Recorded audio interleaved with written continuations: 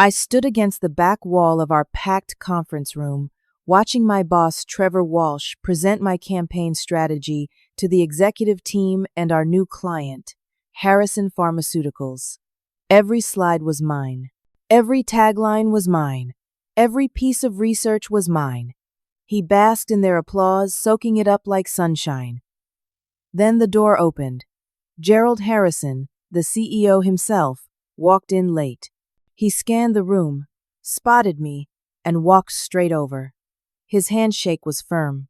"Thank you for saving our contract, Annika. Your vision is exactly what we needed." Complete silence filled the room. Trevor's face turned the color of raw salmon, then went pale as copy paper. The executive team shifted in their leather chairs, glancing between us with expressions I couldn't quite read. Confusion, maybe. Discomfort, definitely. Gerald Harrison continued, oblivious to the tension he'd just created.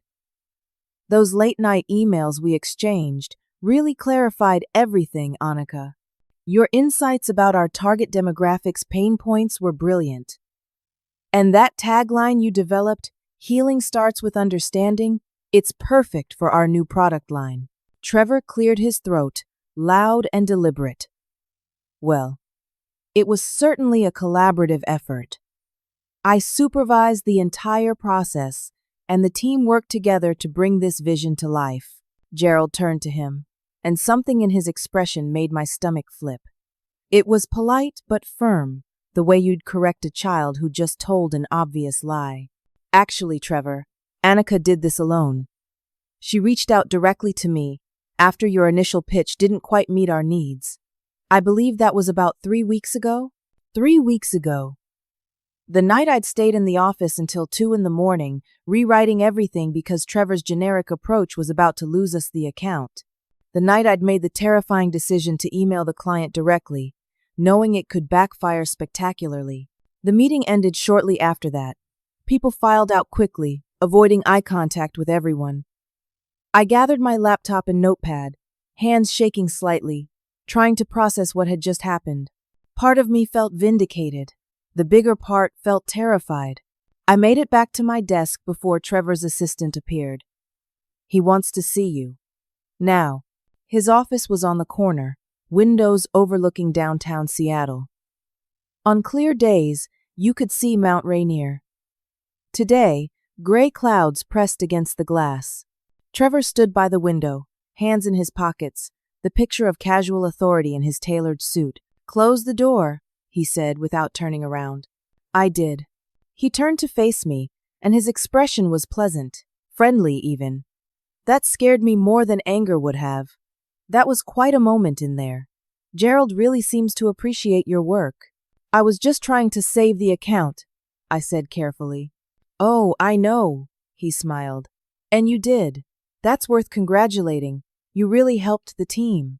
The word team landed like a stone. We both knew I'd done this alone. However, he continued, walking to his desk and leaning against it, "We need to talk about protocol. You went directly to a client, over my head, without consulting me. That's insubordination, Annika. The client was about to cancel. We were days away from losing them. I had to do something. You made me look like a fool in front of the partners." His voice was still calm, but something cold had entered it. "In front of Catherine Walsh, my aunt, who happens to own this agency along with her brother. Do you understand the position you put me in?" I hadn't thought about it that way. I'd been so focused on saving the account, on doing good work, that I hadn't considered the politics, the family dynamics, the fact that I'd essentially exposed Trevor's inadequacy in front of his relatives. "I'm sorry," I said, though the words felt wrong in my mouth. "I didn't mean to make you look bad. I just wanted to help." "I know you did." He picked up a folder from his desk, "which is why I'm going to give you some advice. Consider it a learning opportunity. In the future, all client communication goes through me. All of it, no exceptions. Are we clear?" "Yes." "Good." He opened the folder. "Now, about the Harrison account. I think it's time for a transition. Brandon Cooper will be taking over as lead strategist. You'll help him get up to speed this week, then you'll move on to other projects. The words didn't make sense at first. What? Trevor, this is my project, my entire vision. You can't just take me off it. I can, actually. All work product belongs to the agency. Management has full discretion over project assignments. Brandon's been doing excellent work lately, and I think he's ready for something bigger. Brandon Cooper, Trevor's golf buddy. A decent enough guy, but he'd been at the agency for 2 years and had never led anything more complex than a local restaurant chain's social media campaign. Brandon doesn't understand the pharmaceutical industry. He doesn't know the research I did, the strategy behind the messaging. It'll fall apart. Then your transition notes better be thorough. Trevor closed the folder.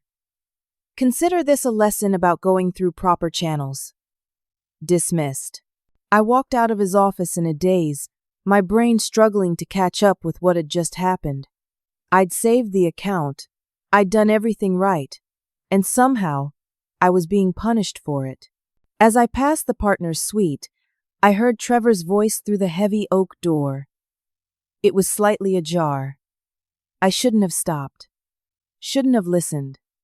But I did. She completely overstepped, Trevor was saying. Contacted the client directly, made decisions without authorization. It's a pattern with her, honestly. Difficult to manage. Doesn't respect the hierarchy we've built here. The client seemed pleased with her work, a woman's voice said. Catherine Walsh, probably. Sure. But at what cost?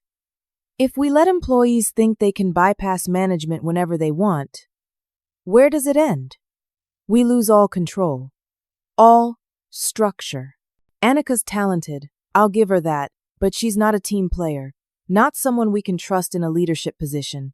My hands went cold. He wasn't just taking me off one project. He was building a narrative, creating a version of events where I was the problem, planting seeds with the partners to justify whatever he planned to do next. I walked away before I could hear more, made it to the bathroom before the tears started. 6 years I'd worked at this agency. 6 years of late nights and sacrificed weekends and pouring everything I had into my work.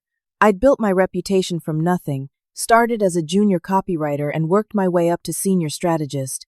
And now it was all at risk because I'd done my job too well. 2 weeks crawled by like months. Brandon fumbled the Harrison account from day one, asking questions that showed he fundamentally misunderstood the strategy. He changed the messaging framework without grasping why I'd built it the way I had. Within 3 days, Gerald Harrison's team sent their first concerned email. Trevor forwarded it to me with a single line. Your handoff notes were obviously unclear. Please clarify for Brandon. I spent an entire afternoon walking Brandon through everything again. The market research, the demographic analysis, the psychological triggers we were using in the messaging. He nodded along, took notes. But I could see it wasn't clicking.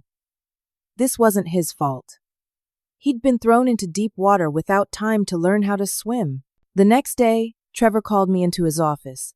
I've been getting feedback that you haven't been helpful during the transition. What? I spent 4 hours with Brandon yesterday. Brandon says you were condescending. Made him feel stupid. That's not the collaborative spirit we value here, Annika. It was a lie. Brandon had thanked me profusely, said I'd really helped him understand the complexity of the project. But Trevor was writing it down in his folder, creating his paper trail. The formal warning came 3 days later. A meeting with Trevor and someone from HR, a woman named Donna who avoided looking at me directly, interfering with reassigned projects after being explicitly told to hand them off. Trevor read from a printed document. This constitutes insubordination and will be noted in your permanent file. First disciplinary action in my entire career.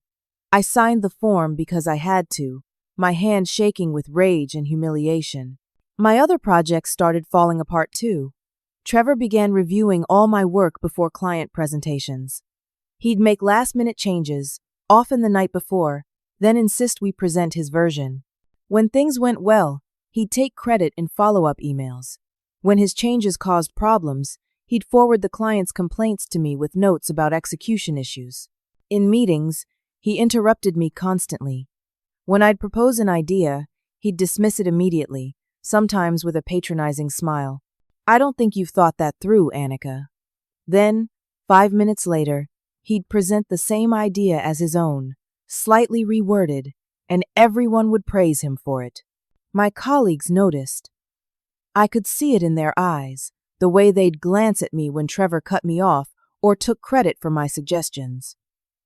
But no one said anything. No one defended me. The lunch invitations dried up. The casual coffee breaks stopped, including me. People were afraid. I understood why. Getting on Trevor's bad side meant becoming invisible, and no one wanted that. I became a ghost in my own office, my ideas ignored, my contributions minimized, my presence tolerated but not welcomed. 3 weeks after the Gerald Harrison incident, Trevor called an all-staff meeting. 30 people crammed into the main conference room. I found a seat in the back, stomach churning with dread. Trevor stood at the front, looking grave and disappointed. "I want to talk about accountability," he began. "The Harrison Pharmaceuticals account, which we were all so excited about, is underperforming. The client has expressed concerns about the direction of the campaign." My heart stopped. Brandon had been struggling, yes, but I'd thought he was getting the hang of it. I'd helped him as much as I could without Trevor accusing me of interference again. "When we take on a major client like Harrison, the transition between team members needs to be seamless," Trevor continued. Unfortunately, Annika's transition notes were incomplete and unprofessional. Brandon has been working overtime trying to reverse engineer the strategy, but critical information was never properly documented or shared. Heat flooded my face. Every eye in the room turned to me. "This kind of failure has consequences," Trevor said. "Which is why we're implementing a performance improvement plan for Annika, effective immediately. 60 days to demonstrate significant improvement in collaboration, communication, and attention to detail. HR will be monitoring her progress closely." A PIP, Performance Improvement Plan. Everyone in the room knew what that meant. It wasn't about improvement. It was documented termination. You got put on a PIP when the company wanted to fire you, but needed to build a legal case first. They'd set impossible metrics, document every tiny failure, then let you go for cause after 60 days. No severance, no unemployment benefits, just a black mark on your record that would follow you forever. I sat there, frozen, while colleagues avoided looking at me. Some stared at their phones. Others suddenly found the table fascinating. No one would meet my eyes except Trevor. He looked right at me across the room, and for just a second I saw it. Satisfaction. Pleasure. He was enjoying this. The meeting ended. People filed out quickly. I stayed in my seat, unable to move. This wasn't just about firing me. Trevor was destroying me so thoroughly that I'd never work in Seattle marketing again. Every agency in town would hear about this. Annika? The one who got put on a PIP at Davidson and Walsh? Too risky to hire.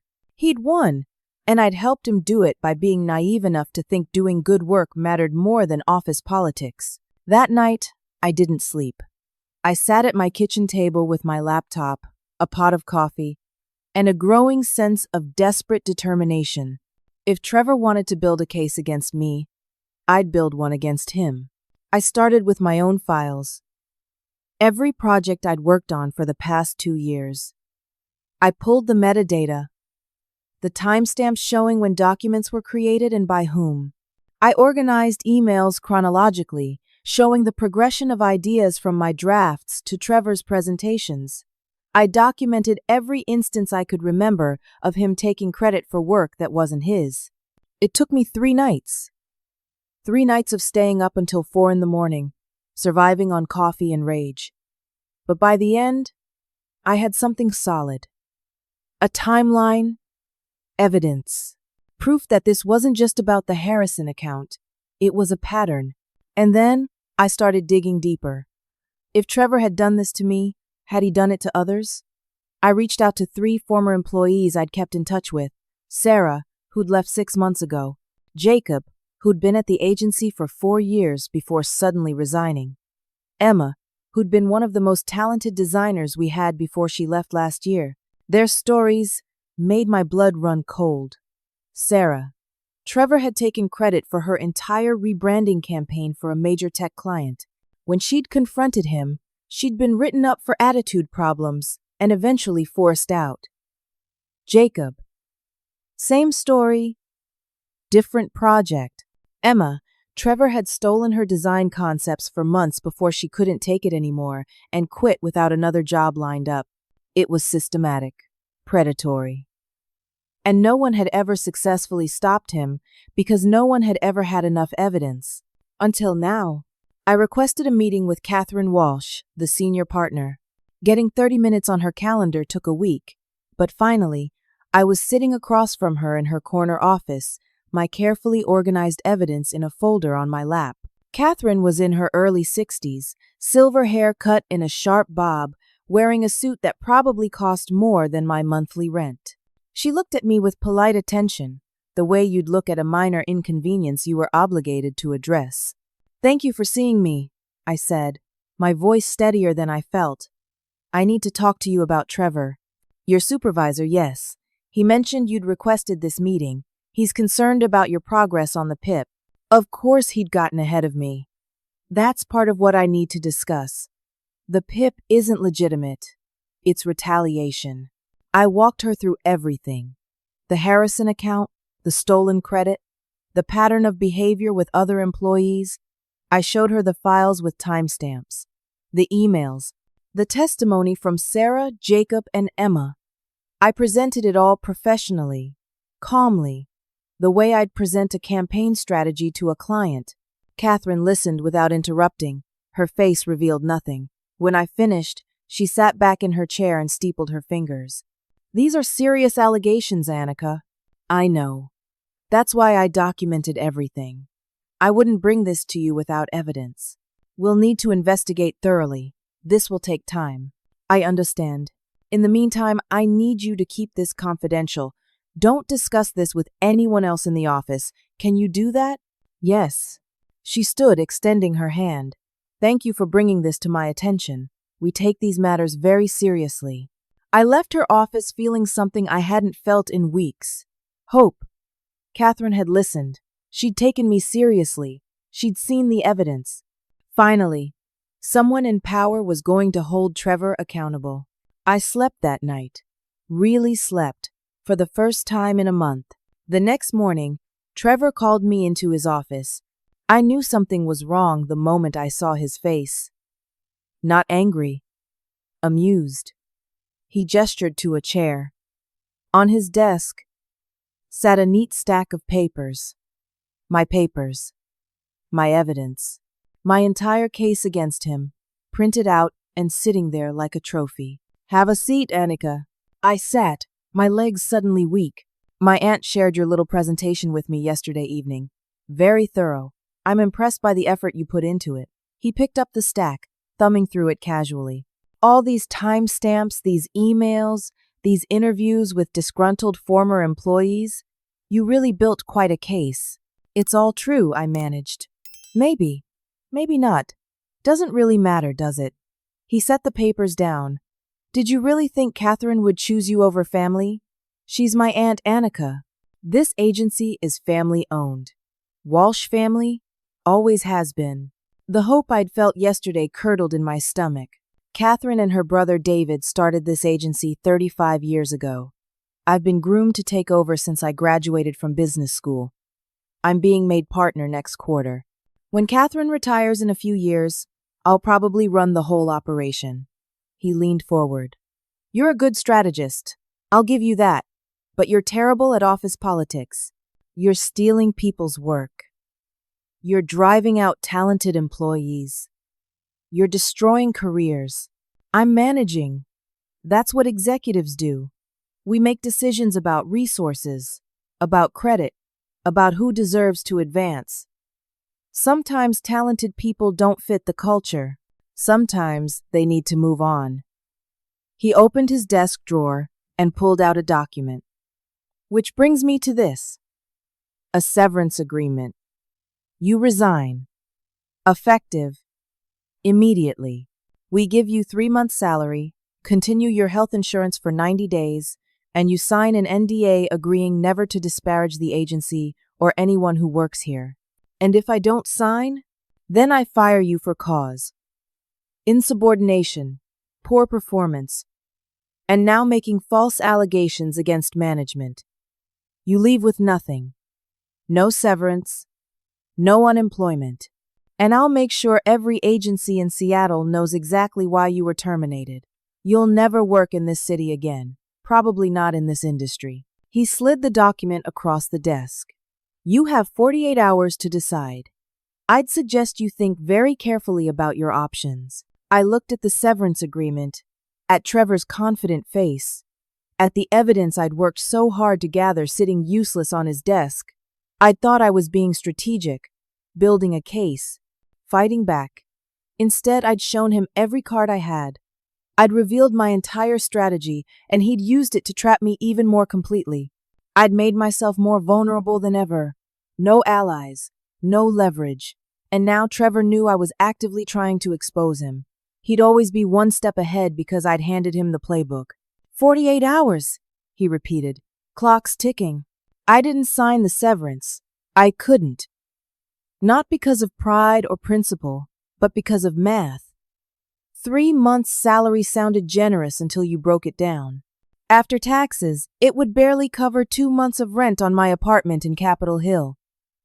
Then there were my student loans, the car payment, utilities, groceries, and my sister Emma's medical bills. Emma had lupus. No insurance because she couldn't afford it on her part-time barista salary. I'd been helping with her medications and doctor visits for the past year, usually around $500 a month. If I signed that agreement and walked away, I'd have nothing within 60 days. And Emma would have no one to help her. So I stayed. I showed up every morning at 8:30, logged into my computer, and endured whatever fresh humiliation Trevor had planned for me. He pulled me from all client-facing work. My new assignments, filing, data entry, updating spreadsheets, organizing supply closets, work that interns usually did. When I finished those tasks, he'd assign more. Coffee run, get everyone's orders. Here's the company card. I took the orders, made the coffee run, handed out lattes to colleagues who couldn't look me in the eye. He created impossible deadlines. I need a 50-page report on market trends by tomorrow morning. I'd work until midnight, turn it in, and he'd find reasons to reject it. Fonts wrong. Reformat the whole thing, and I need it in 2 hours. Every mistake, every missed deadline, every imperfect report went into his documentation, building his case for termination. Meanwhile, I job hunted. Every evening after work, every weekend I sent out applications, marketing manager at Amazon, senior strategist at Starbucks Corporate, director of communications at the University of Washington. My resume was strong. My portfolio was excellent. I started getting interviews. They'd go well, really well. The hiring managers would be enthusiastic. We'll be in touch soon. This looks very promising. Then, mysteriously, the offers would evaporate. We've decided to go in a different direction. The position has been filled. We're putting the hiring process on hold. It happened 4 times before I figured it out. Trevor was my current supervisor. Companies always called current employers for references, even when candidates asked them not to, and Trevor was poisoning every opportunity. I imagined the conversations. Annika? Oh, she's on a performance improvement plan right now. Serious issues with collaboration and professionalism. I wouldn't recommend her, honestly. You'd be taking a big risk. I was trapped. Couldn't quit without another job. Couldn't get another job while Trevor was sabotaging me. Couldn't stay without destroying my mental health. My savings account dwindled. $3,000, then $2,000, then $1,200. I missed a student loan payment for the first time in my life. The late fee notice made me cry in my car during lunch break. Emma called one evening, voice tight with pain. I need to refill my prescriptions. The pharmacy says it's $450 this month. Can you help? I looked at my bank balance. $632. Rent was due in a week. $1,500. I can't, I whispered. I'm so sorry, I don't have it. The silence on the other end cut deeper than anything Trevor had done to me. Okay, Emma finally said. I'll figure something out. She hung up. I sat on my couch and sobbed. My baby sister. The person I'd always protected, always helped. And I had to tell her no. My body started breaking down. I stopped sleeping more than 3 or 4 hours a night. Lost 12 pounds in a month. Developed a twitch in my left eye that wouldn't go away. Started having panic attacks in the bathroom at work, hyperventilating into paper towels while colleagues walked past outside. My best friend Jenna staged an intervention. Showed up at my apartment with Thai food and wine. You have to quit. This is killing you. I can't afford to quit. You can't afford to stay. Look at yourself, Annika. You're falling apart. Just a few more weeks. I'll find something. I have to. But I wasn't finding anything. Trevor had made sure of that. 6 weeks into the PIP, he assigned me to help Brandon with the Harrison Pharmaceuticals presentation. My role: print the handouts, set up the projector, make coffee for the clients. I was the help, the assistant. Watching Brandon stumble through my campaign strategy while I served beverages. Gerald Harrison's team looked disappointed. The energy that had been in the first meeting was gone. Brandon's changes had diluted everything that made the campaign special. It was generic now. Safe. Forgettable. After the meeting, I was cleaning up coffee cups in the conference room when someone touched my arm. I turned. Patricia Kenmore, one of Gerald Harrison's senior executives. Mid-50s, sharp eyes, expensive suit. Can we talk? She asked quietly. Privately? We went to an empty office down the hall. Patricia closed the door and turned to me, arms crossed. What's going on, Annika? Why aren't you leading this campaign anymore? I was reassigned to other projects. The corporate answer. The safe answer. That presentation was terrible. Brandon's a nice kid, but he doesn't understand what we're trying to do. This isn't the campaign you pitched, Gerald. It's not even close. I should have stayed silent. Should have protected myself. But I was so tired. So completely exhausted from pretending everything was fine. Trevor took me off the account. He's been taking credit for my work since I started at this agency. When Gerald exposed that in the meeting, Trevor retaliated. He's pushing me out. Patricia's eyes widened. He's firing you? Essentially. I'm on a performance improvement plan. It's just a matter of time. Does Gerald know about this? I don't think so. I didn't want to cause problems. The agency's relationship with Harrison Pharmaceuticals is important. Patricia was quiet for a long moment. Then she said something that made my world tilt. Annika, do you know the contract we signed has a key personnel clause? What's that? Gerald specifically requested that you be the lead strategist on this account. It's written into the contract. If you're not leading the campaign, we can terminate the agreement for breach. My mouth went dry. How much is the contract worth? $12 million over 3 years. I grabbed the edge of the desk. $12 million. If Harrison Pharmaceuticals terminated because of me, Trevor would destroy me. He wouldn't just fire me. He'd annihilate my reputation so thoroughly that I'd never work anywhere again. I'd be the person who cost an agency $12 million. I need to tell Gerald about this, Patricia said. This isn't right. Please don't. My voice came out strangled. It'll make everything worse.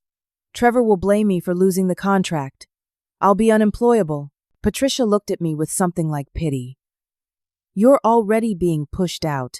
How much worse can it get? She left before I could answer. I stayed in that empty office, hands shaking, trying to breathe. The one thing that might save me was the same thing that would finish me completely. If Harrison Pharmaceuticals invoked that clause, I was done. I couldn't go back to my desk.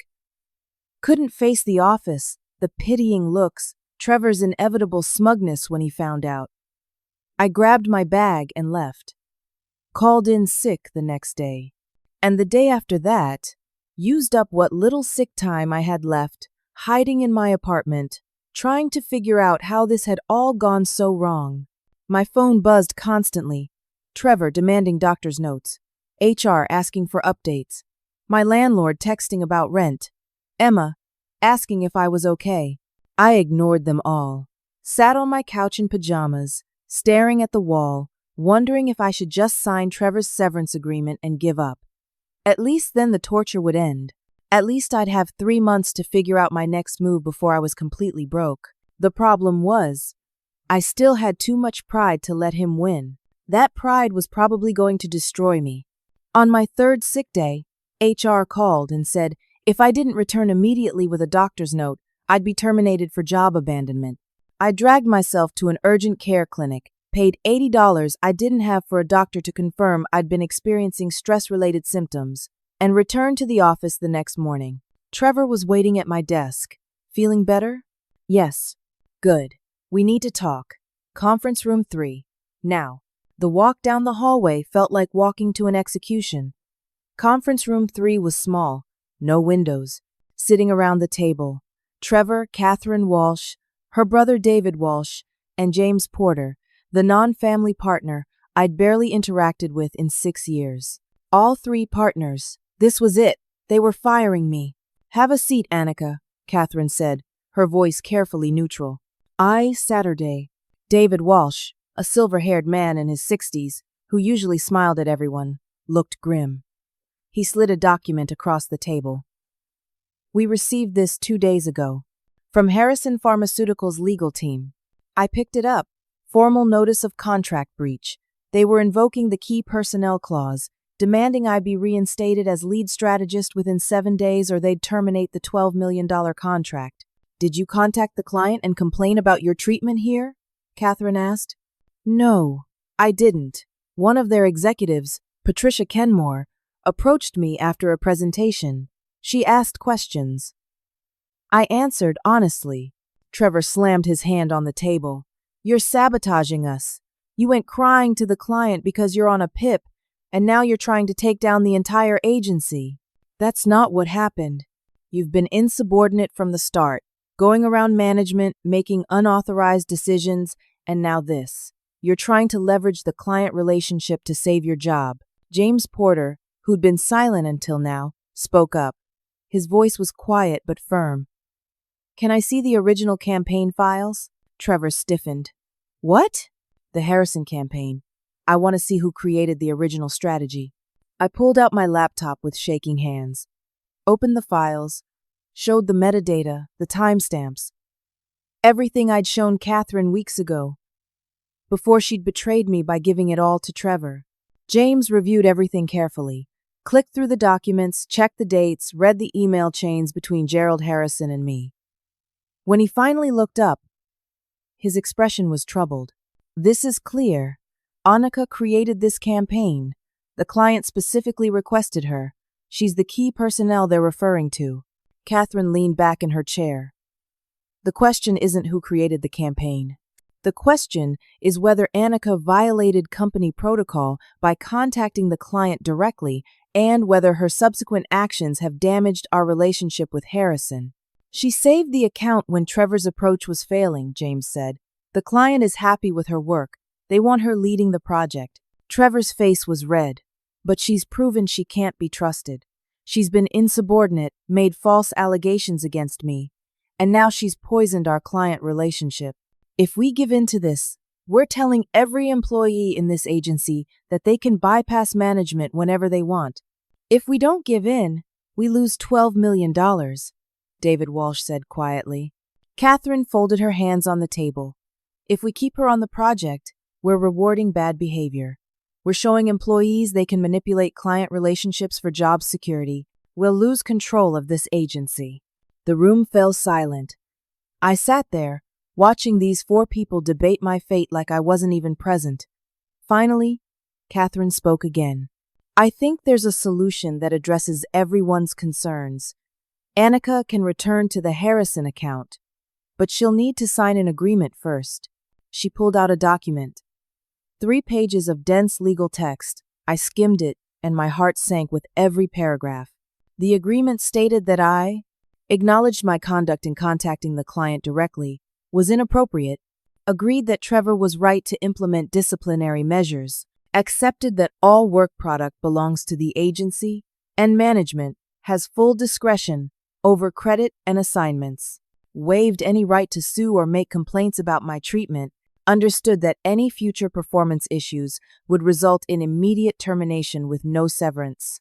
It was a trap disguised as a compromise. If I signed, I admitted wrongdoing and gave up all leverage forever. I'd be at Trevor's mercy, working under someone who hated me, knowing he could fire me any time without consequences. If I refused, I'd be fired and blamed for losing the contract. My career would be over. Trevor and Catherine would spread the word that I'd tried to manipulate a client relationship and cost the agency millions. No one would ever hire me. You have until end of business today to decide, Catherine said. We need to respond to Harrison's legal team by tomorrow morning. I left the conference room in a daze, walked to the bathroom, locked myself in a stall, and finally let myself break down completely. 6 months ago, I'd been rising star, the person everyone wanted on their team. Now, I was being forced to choose between humiliation and destruction. My phone buzzed in my pocket. Text from my landlord. Rent is 5 days late. Need payment by Friday, or I'll start eviction process. Another text. Emma, in ER lupus flare.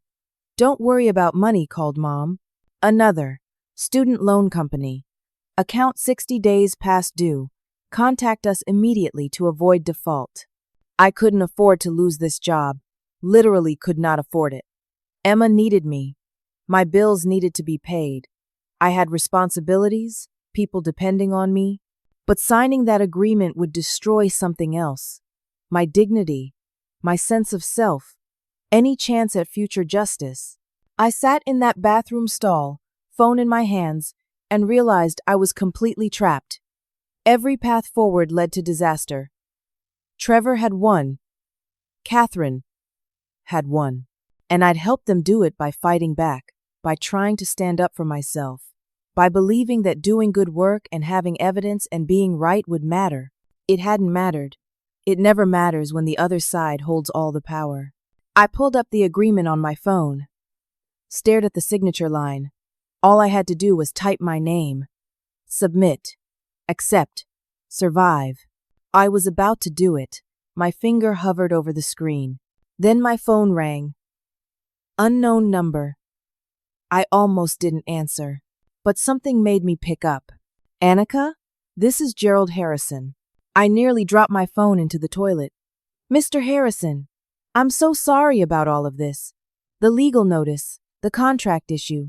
I never meant to cause problems. Call me Gerald, please. And you didn't cause problems. Patricia told me what's been happening to you at that agency. I closed my eyes, leaning against the cold metal of the stall. I didn't ask her to contact you. I don't want to put you in an awkward position. You're not. I put myself in this position when I added that key personnel clause to our contract. And I want you to know that wasn't random or arbitrary. What do you mean? When Trevor first pitched us, his strategy was generic. Recycled talking points I'd seen a dozen times before. We were ready to walk away. Then you emailed me directly. Do you remember that night? Yes. How could I forget? 2 a.m, terrified I was about to make a career-ending mistake. Your insights about our market challenges were brilliant. You understood things about our target demographic that Trevor completely missed. You grasped the emotional component of pharmaceutical marketing in a way most people don't. I knew right then that if we were going to work with Davidson and Walsh, it had to be because of you. So I had my lawyers put you specifically in the contract. I didn't know that. Trevor didn't either, apparently. I've seen this before, Annika. Executives who take credit for their team's work. It's common. It's wrong. And I wanted to make sure you couldn't be sidelined. He paused, but it seems I underestimated how badly they'd treat you in retaliation. It's fine, I can handle it. The lie felt hollow even as I said it. No, you can't. And you shouldn't have to. His voice became more serious. There's something else I need to tell you. Harrison Pharmaceuticals isn't just a client. We're opening an in-house marketing division. We've been planning it for months. I've been looking for the right person to lead it. Someone innovative, hardworking, ethical. Someone who does the right thing even when it costs them. My heart started beating faster. What are you saying? I'm offering you a position, Director of Marketing Strategy. You'd report directly to me. Build the entire division from the ground up. Hire your own team. Set your own strategy. $150,000 base salary. Full benefits, equity package that vests over 4 years. I couldn't breathe. $150,000. That was $40,000 more than I made now. At a stable company. Away from Trevor. Away from all of this. There's one condition, Gerald continued. I need you to start in 2 weeks, which means you'd have to quit Davidson and Walsh immediately. No notice period. Can you do that? Reality crashed back in. If I quit before they fire me, I get nothing. No severance, no unemployment. And I'm in a really difficult financial situation right now. Patricia mentioned that, which is why Harrison Pharmaceuticals will pay you a $20,000 signing bonus, wired to your account the day you accept the offer. It's yours whether you make it through probation or not. That should help with your immediate bills. $20,000. I could pay my rent, catch up on my loans, help Emma, breathe. But something made me hesitate. Why are you doing this? You barely know me. I know your work. I know you saved our contract when you didn't have to. I know you've been treated terribly and you haven't given up. That tells me everything I need to know about your character. He paused. I also know Trevor Walsh has connections in Seattle, but so do I. Harrison Pharmaceuticals has been in this city for 70 years. We're not going anywhere. If you're worried about him sabotaging you, don't be. Once you're working for me, his reach doesn't extend that far. I need time to think. Of course. I'll have my legal team send over the offer letter today. It'll include all the details, fully binding contract. Take the night, but I need an answer by tomorrow morning. We have to move quickly if we're going to build this division on the timeline we need. He hung up. I sat there in the bathroom stall, phone in my hand, trying to process what had just happened. This felt too good to be true. Like a trap. Like another way for everything to fall apart. But what if it wasn't? What if this was real?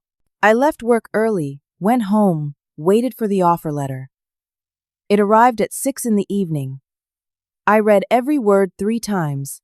It was legitimate, detailed, professional, a real job offer from a real company with a real salary and real benefits. I called Jenna. I need advice. I told her everything. The offer, the signing bonus, the chance to escape. She listened quietly, then said, "Take it. Oh my God. Annika, take it. This is your way out." I called Emma next. She was still in the ER waiting for test results. The doctors say I need to start a new medication.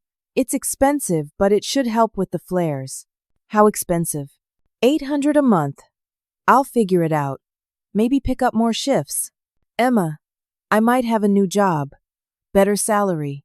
I can help again. She started crying. Really? Really, I'll know tomorrow. That night, I lay in bed and thought about Trevor, about his smug face, about the agreement sitting in my email, waiting for my signature, about Catherine protecting her nephew, about being forced to admit I was wrong when I wasn't, about 6 years of work reduced to nothing because I'd threatened someone's ego. At 2 in the morning, I made my decision.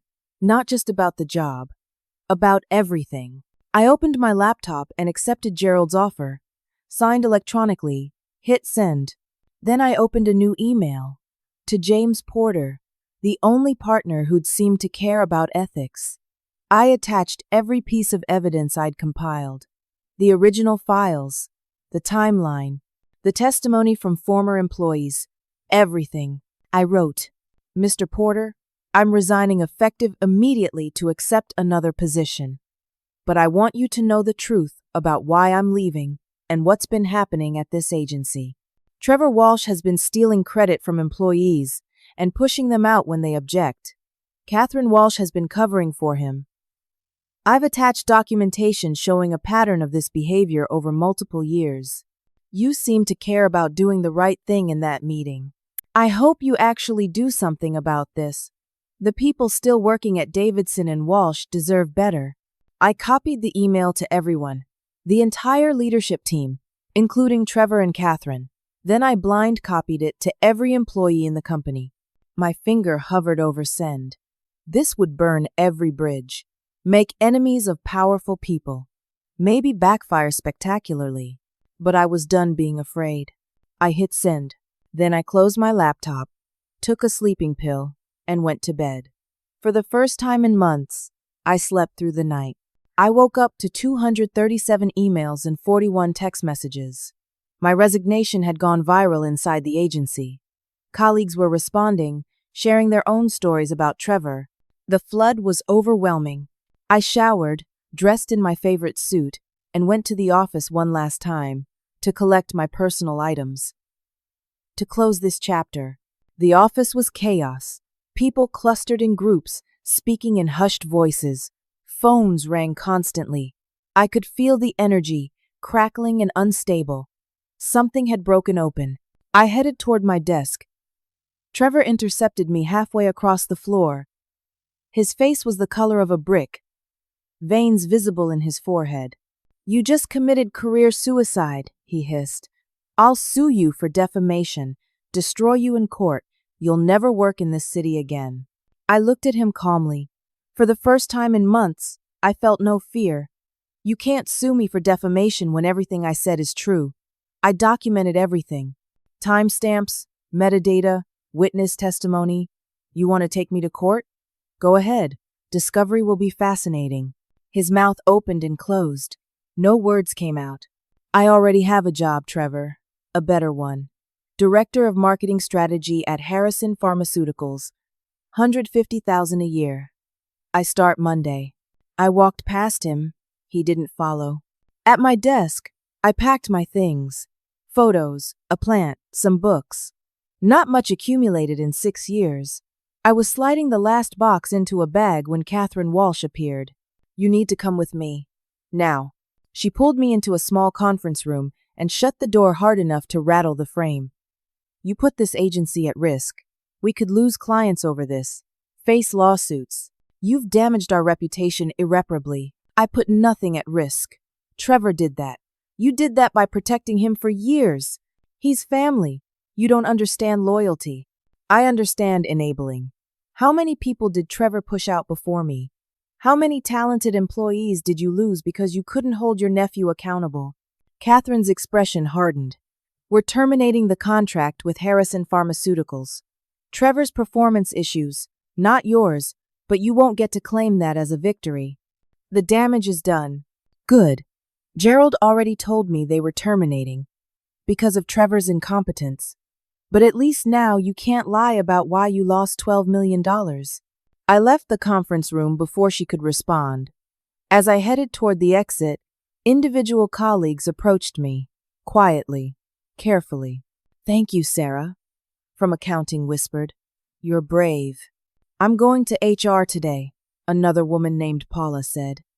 "Trevor did the same thing to me last year. Your email gave me the courage to speak up. A junior copywriter I barely knew stopped me. I was going to quit next month. Couldn't take working for Trevor anymore. Maybe now things will change." I wanted to tell them not to get their hopes up, that family businesses protect their own, that Trevor would probably survive this. But I just nodded and kept walking. James Porter caught me at the elevator. "Can we talk? Privately?" In his office, he closed the door and gestured to a chair. I stayed standing. "I didn't know the full extent of this," he said. "I should have. I'm the equity partner. I have a responsibility to maintain ethical standards, and I failed. Yes, you did. He didn't flinch from that. I'm calling an emergency board meeting. Trevor will be suspended, pending a full investigation. Catherine will be removed from operational decisions. This agency needs to change, and it starts now. I hope you mean that. For the people still working here. I do. He paused. For what it's worth, I'm sorry we failed you. You deserved better. I nodded. It wasn't enough, but it was something. 2 weeks later, I started at Harrison Pharmaceuticals. My office had windows overlooking Puget Sound. On clear days, I could see the Olympic Mountains. My desk had a welcome basket filled with local coffee, chocolates, and cards from my new team members. Gerald Harrison greeted me personally on my first day, introduced me to the people I'd be working with. Annika is here because she has integrity and talent. We're lucky to have her. I spent the first week meeting people, learning systems, understanding the company culture. It was different, collaborative, supportive. When I presented an idea in a meeting, people listened, asked thoughtful questions, built on my suggestions instead of tearing them down. No one interrupted me. No one stole credit. No one made me feel small. I could breathe. 3 months passed. I built a team. Hired carefully, looking for people who'd been overlooked or undervalued at their previous jobs. People who deserved a chance to prove themselves without someone standing on their necks. One of my first hires was Sarah, the woman from my old agency who'd thanked me after my resignation email. She was brilliant, organized, and grateful for the opportunity. Another hire was a recent graduate named Tom, who'd been rejected from every major agency despite having an incredible portfolio. He just needed someone to take a chance on him. We launched our first campaign in month 2. It exceeded projections by 30%. Gerald sent me a handwritten note. This is exactly what I hoped for.